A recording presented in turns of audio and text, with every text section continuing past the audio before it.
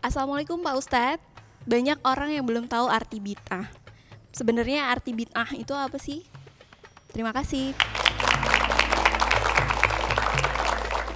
Sebetulnya itu istilah ulama. Kalau dari bahasa hadis tidak ada bid'ah hasanah bid'ah dhalalah itu. Cuman nanti bisa dikatakan itu hasanah dhalalah itu ketika sudah kekinian. Artinya begini, bid'ah itu adalah sesuatu yang baru yang belum pernah dikerjakan oleh Rasulullah dan para sahabat. Rasulullah dan para sahabat itu karena ikatan ma'ana alaihi wa ashabi. Jadi apapun agama itu harus sesuai dengan apa yang dicontohkan Rasulullah dan para sahabat. Dalam hal akidah, keyakinan, tapi tidak dalam hal bagaimana urusan duniawi. Bukan urusan yang kaitannya dengan di luar, misalnya orang dikatakan sholat subuh itu harusnya 2 rakaat, ini 3 rakaat, lah itu bid'ah. Tapi bahwa orang sholat subuh dulu pakai jubah, sekarang itu pakai sarung, karena dalam tradisi sana kan nggak ada sarung, itu semuanya, maka itu tidak dikatakan bid'ah. Dulu adzan pakai langsung, sekarang pakai speaker, nggak ada Bilal kok pakai speaker terus pakai sound system kan nggak pernah. Lah itu tidak dikatakan itu bid'ah. Seandainya itu dikatakan bid'ah, itu bid'ah yang hasanah tadi, bid'ah yang baik.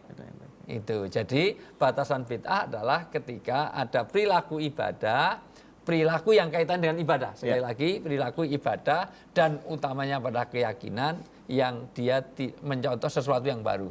Kenapa kullu bid'atin dhalalatin wa kullu dhalalatin finar? Setiap bid'ah itu sesat, setiap sesat membawa ke neraka karena itu penghinaan kepada Rasulullah.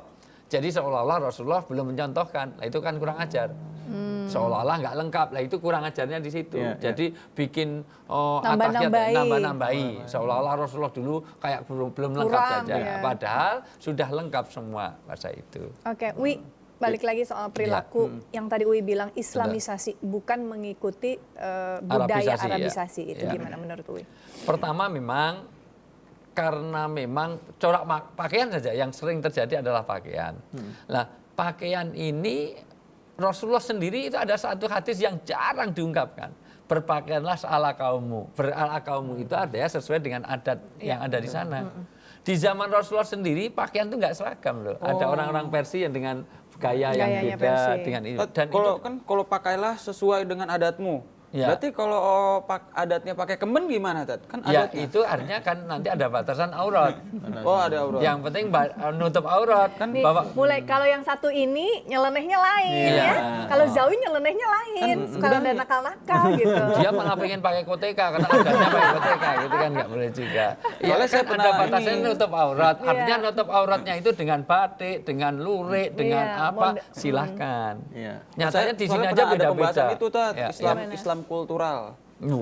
Katanya ya kemben nggak apa-apa, soalnya nggak bikin nafsu. Enggak, maksudnya nafsu itu kan untuk orang-orang yang jarang lihat. Nah, sedangkan mereka yang biasa pakai itu kan udah biasa, jadi nggak nafsu gitu. Kalau saya ke sana mah ya subhanallah gitu. Itu juga. Iya.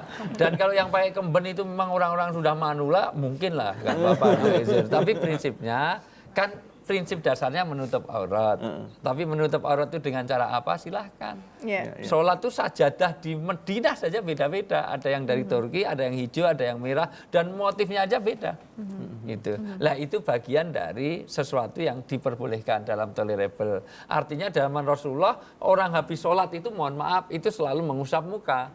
Karena memang masjid Rasulullah itu ada pasir. Cuma dikasih itu. Maka wajar ada satu orang datang ke Madinah, kencing di situ. Bayangkan kalau itu ada karpetnya nggak mungkin kan dikencingi. Akhirnya Umar bin Khattab marah, kurang ajar, kencing di masjid dan kencingnya pas di depan saya biasa sujud, berarti suruh diam itu. Maka begitu mau diunus, Umar tanya dulu, dia tahu nggak kalau dia itu masjid? Nggak tahu, saya pikir ya WC umum dikotai. Ini menunjukkan makanya orang akhirnya disiram suruh menghilangkan najisnya, tapi prinsipnya jangan diulang dan dia masuk Islam. Intinya adalah maka Rasulullah dan sahabat biasa kalau habis sholat itu mengusap muka karena ada pasirnya.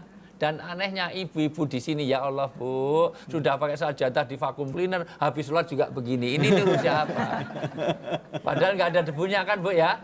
Tapi Itu. boleh nggak Ustadz begitu? Makanya boleh, asal nggak sih? tidak disyariatkan. Oh, gitu. Jadi tidak disyariatkan itu mau habis itu musaf boleh nggak? Habis itu garuk-garuk boleh? Boleh. Tapi jangan ada syariat kalau habis sholat harus ngusap. Bahkan jabat tangan, mohon maaf. Jabat tangan itu disyariatkan ketika bertemu dan berpisah. Tapi kan kita ada biasa kan habis selesai terus salaman. Bu, Itu salaman. bener, Saya terima Ya, betul. nikahnya. Malah gitu. Kadang-kadang salamannya bukan kan biasa samping.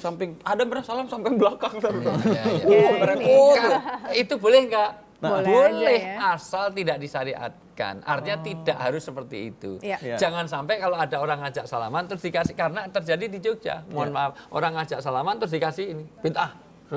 Jadi malah nggak itu malah menjadikan Jadi padahal, menyakiti iya, akhirnya ya. menyakiti. Tapi Jadi sebelum- cara kita menyampaikan pun juga jadi ada adabnya juga. Betul. Misalnya pada saat seringkali yang saya perhatikan adalah keterbatasan kita untuk mencerna sesuatu pada saat kita paham dan kita menjelaskan ke orang lain. lain. Kadang-kadang Iya. kita langsung menjudge gitu, Bang. Iya. Oh ini bid'ah. Kalau dikasih salam dia langsung kayak Iya. tadi gitu, Iya, atau enggak gitu. dengan cara yang kasar mengatakan ini bid'ah dan itu Jadi akhirnya nggak jadi sumber diterima. perpecahan, Betul, Ustaz. betul. Ini yang harus jadi Iya. perhatian. Betul. Gimana Ustaz kita Iya. menyikapi itu, Ustaz? Ya makanya kan orang itu harus ada hikmah ya. Iya, Ustaz.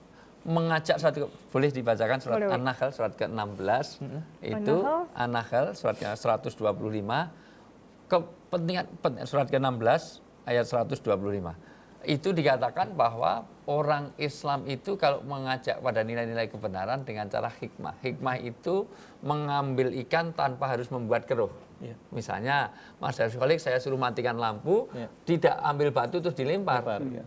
Itu namanya tidak hikmah. Ya mati lampunya. Tapi kalau hikmah dia mencari di mana saklar Saklarnya. berada. Ya. Gimana? Ya. Bismillahirrahmanirrahim. Serulah manusia kepada jalan Tuhanmu dengan hikmah dan pelajaran yang baik. Ya, dengan hikmah dan dengan pelajaran yang baik. Hikmah itu bijak. Ya, bijak biasanya sana, kalau sini enggak. Bijak sini gitu. Bijak sana. Artinya dengan bijak itu. Dan bantahlah mereka dengan cara yang baik. Iya, bantah aja dengan cara yang baik. Jangan dikafir-kafirkan, jangan disurgakan. Oh, kamu neraka-neraka, seolah-olah dia panitia surga. Gitu. Biasa Iya. begitu memang Teh. Gitu. Sesungguhnya Tuhanmu dialah yang lebih mengetahui tentang siapa yang tersesat dari jalannya dan dialah yang lebih mengetahui orang-orang yang mendapat Ya, petunjuk. ini Allah sampai katakan, Allah itu udah tahu, nggak usah dineraka-nerakakan. Besok Allah tahu dia mau ditempatkan di mana. Iya. Itu bukan tugasmu. Iya. Tugas kita bukan memberikan judge kepada kamu bid'ah, dolim, Iya. sesat, segala macam, syirik, segala macam. Nah, ajaklah dengan cara yang baik, kalaulah harus dibantah dengan cara yang baik. Iya. Tapi dari tadi kita belum nanya Oh loh. iya, ini dari ibu-ibu mana? subhanallah nih cantik-cantik. Wih, manis-manis. Warna bajunya sama ya Bu, jadi Iya, kayak Bu. bagiannya ya saya ya. Dari Ibu. panti asuhan mana, Bu? Ibu-ibu dari mana ini, ibu-ibu? Mau. Oke, alhamdulillah. Jangan Cengkareng Ini deh, Barat. Mbak. Wi, saya juga ada yang mau nanya tadi juga Mas David masih mau nanya ya. Iya. Selain satu ini kita akan lanjutkan. Tetap bersama kami di Cerita Hati Ramadan.